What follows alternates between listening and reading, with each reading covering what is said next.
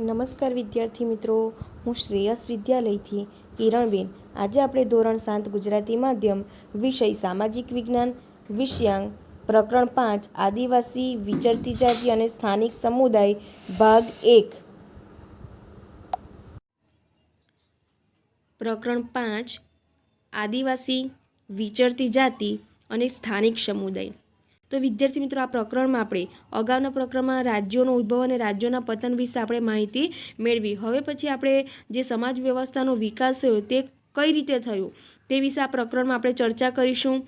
કે નગરો અને ગામોમાં નવી કળાઓ, હસ્તકળાઓ અને ઉત્પાદક પ્રવૃત્તિઓનો વિકાસ થયો અને આ જ સમયગાળામાં કેટલાક મહત્વપૂર્ણ રાજનૈતિક, સામાજિક અને આર્થિક પરિવર્તનો પણ થયા.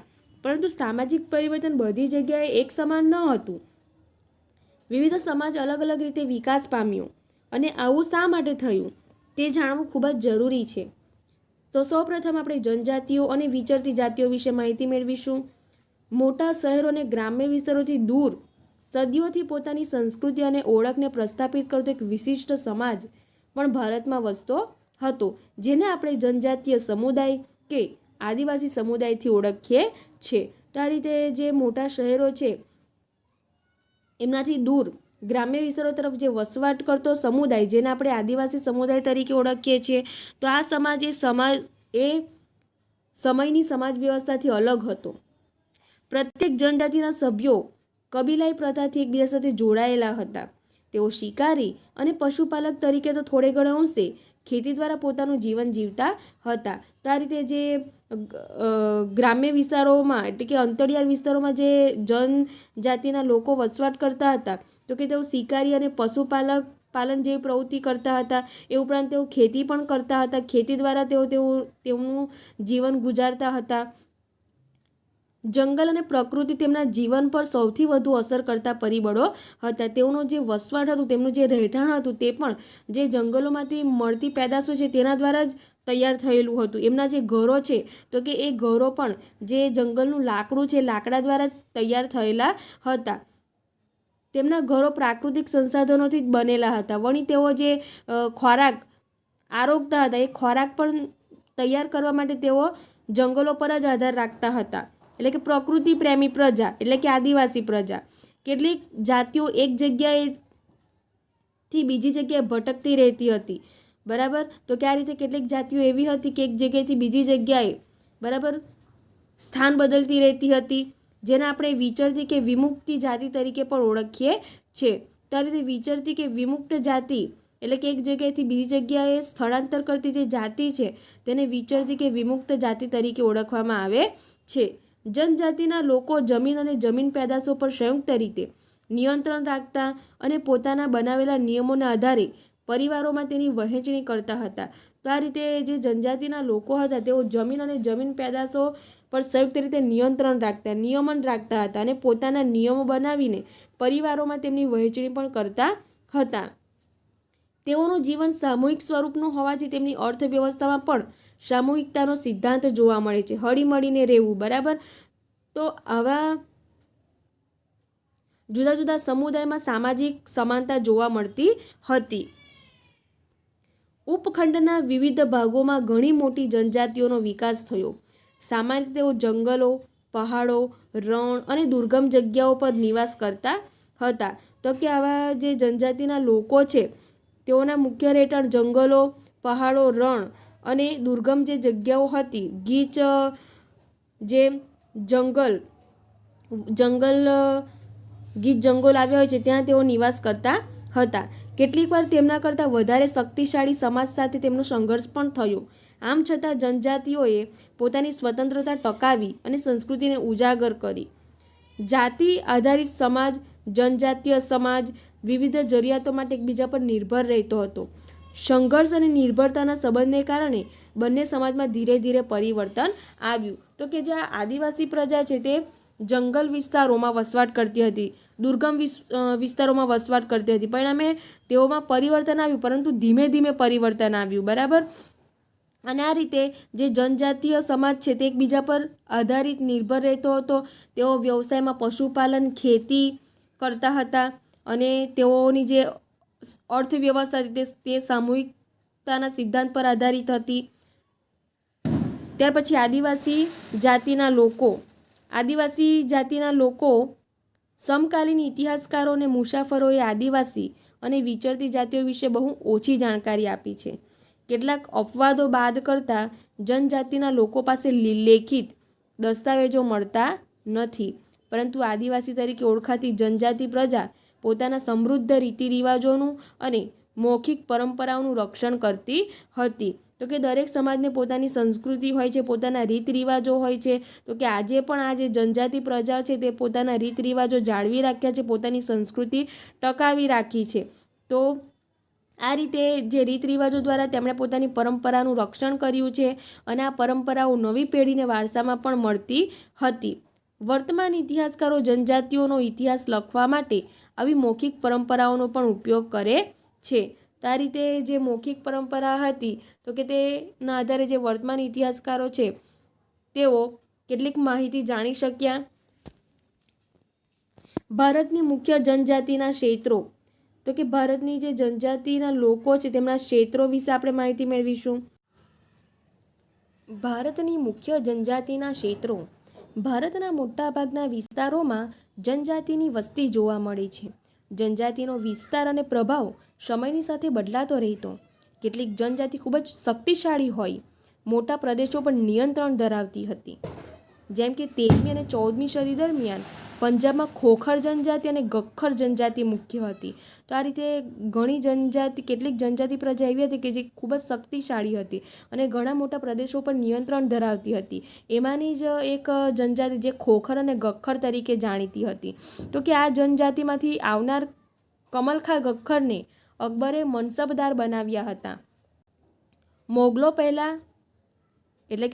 પહેલાં મુલતાન અને સિંધમાં લગા અને અર્ધુન જનજાતિઓનું આધિપત્ય હતું.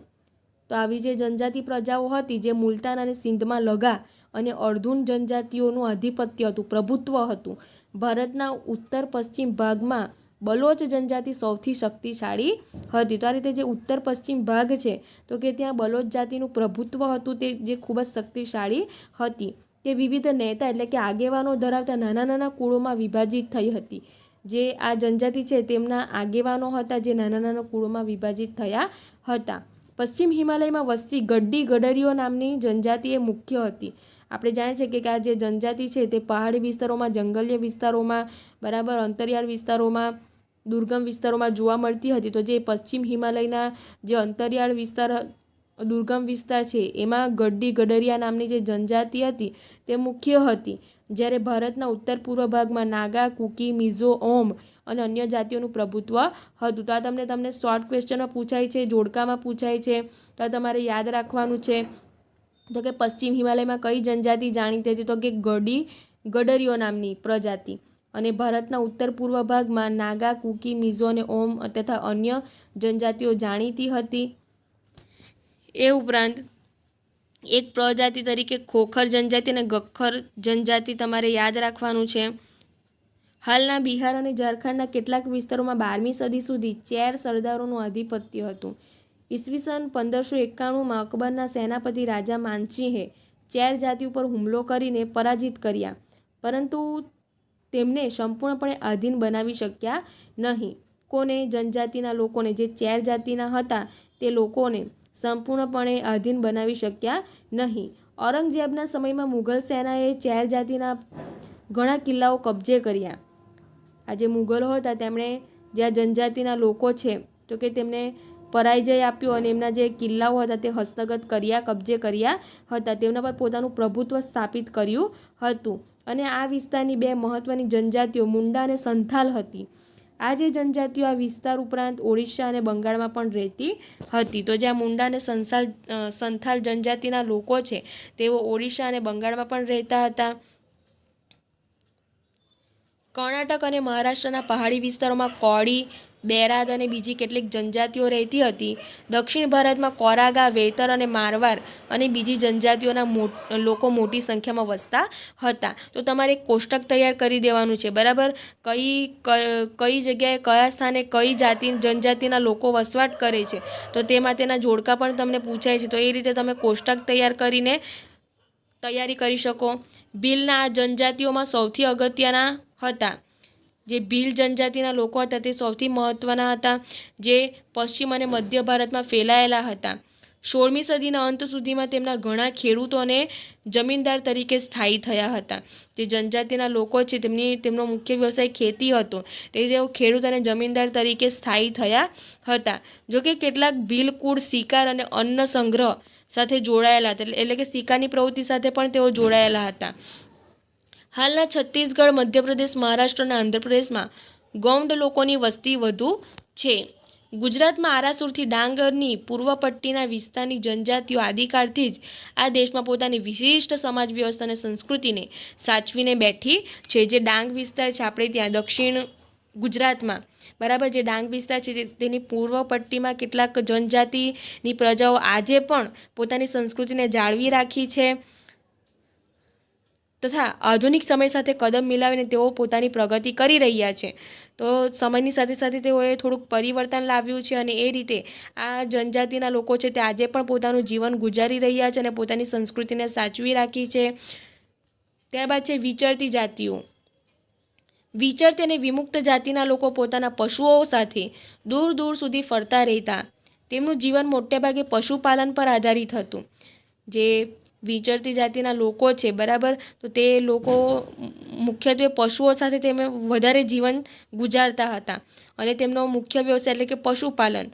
તેઓ સ્થાયી ખેડૂત પાસેથી અનાજ, કપડાં, વાસણ અને અન્ય વસ્તુઓ માટે ઊન, ઘી વગેરે વસ્તુઓનો વિનિમય પણ કરતા હતા. તો એ સમયે વસ્તુ વિનિમય પ્રથા હતી, બરાબર.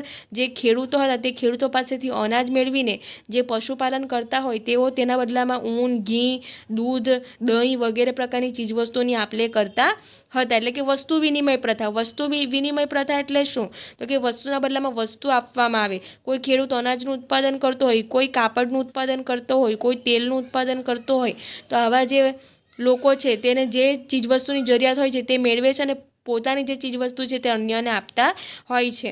કેટલીક વિચરતી જાતિઓ જાનવરો પર સામાન લાદીને એક જગ્યાએથી બીજી જગ્યાએ લઈ જઈને વસ્તુઓનું ખરીદ વેચાણ કરતી હતી. તો કે એ સમયે વાહન વ્યવહારનો વિકાસ થયો હતો નહીં, તો કે એ સમયે એક જગ્યાએથી બીજી જગ્યાએ માલસામાનની હેરફેર માટે આ રીતે પશુઓનો ઉપયોગ થતો હતો, જાનવરોનો ઉપયોગ થતો હતો. તો કે આ રીતે ખરીદ વેચાણની પ્રક્રિયાઓમાં પણ પશુનો ઉપયોગ થતો હતો. તો આ રીતે વિચરતી જાતિ આ રીતે વ્યવસાય કરતી હતી અને પશુઓ સાથે તેઓ આ રીતે સંકળાયેલા હતા. વણઝારા. ભારત અને ગુજરાતના સંદર્ભમાં જે વણઝારાની વસ્તી તે ભારત અને ગુજરાતમાં કયા સંદર્ભમાં છે તે વિશે આપણે માહિતી મેળવીશું. આ બધી જ વિચરતી વિમુક્ત જાતિઓમાં વણઝારા એ સૌથી અગત્યના હતા. તેમના પોઠનો સમૂહ વણઝાર એટલે કે ટાંડુ કહેવાતો. અલાઉદ્દીન ખલજી દિલ્હીના બજારો સુધી અનાજ અને ચીજવસ્તુઓ લાવવા લઈ જવા માટે તેમનો ઉપયોગ કરતો હતો. તો કે આવા જે વણઝારા લોકો છે તેમનો ઉપયોગ કરવામાં આવતો હતો અનાજ અને ચીજવસ્તુઓને લાવવા લઈ જવા માટે. બાદશાહ જહાંગીરે પણ વણઝારા દ્વારા બળદો પર અનાજ લાદીને શહેરોમાં વેચવાના તેમના કાર્યોનો ઉલ્લેખ કર્યો છે. તમે અહીં ચિત્રમાં જોઈ શકો છો, બરાબર. જે વણઝારા જાતિના લોકો છે તે એક જગ્યાએથી બીજી જગ્યાએ માલસામાનની હેરફેર, ચીજવસ્તુઓની હેરફેર કરતા હતા. ખાસ બાબત તો એ છે કે યુદ્ધ દરમિયાન વણઝારાઓ બળદોની પોઠ દ્વારા મુઘલ સેના માટે અનાજ અને ચીજવસ્તુઓ લાવતા હતા. એક રીતે જોઈએ તો વણઝારા એ ભારત અને વિશ્વ વચ્ચેની કડી હતા. મધ્ય એશિયાથી અનેક ચીજવસ્તુઓ તેમના દ્વારા ભારતમાં આવતી અને ભારતથી બહાર જતી હતી. તો તે જે મુઘલો હતા તે મધ્ય એશિયાથી થઈને આપણા ભારતમાં આવ્યા હતા, તેથી અનેક જે ચીજવસ્તુઓ હતી તે ભારતની બહાર પણ જતી હતી અને બહારની જે ચીજવસ્તુ હતી તે ભારતમાં આવતી હતી. તો આ રીતે જે બળદ છે તેનો ઉપયોગ કરવામાં આવતો હતો અને આવી જે વણઝારી પ્રજાઓ હતી તે આવી ચીજવસ્તુઓ કે અનાજની હેરફેર સાથે સંકળાયેલી હતી. જનજાતિઓ અને વિચરતી જાતિઓની સંસ્કૃતિ. કેટલીક વિચરતી વિમુક્ત જાતિઓ ઘેટા, બકરા, ઘોડા, ગાય, ભેંસ,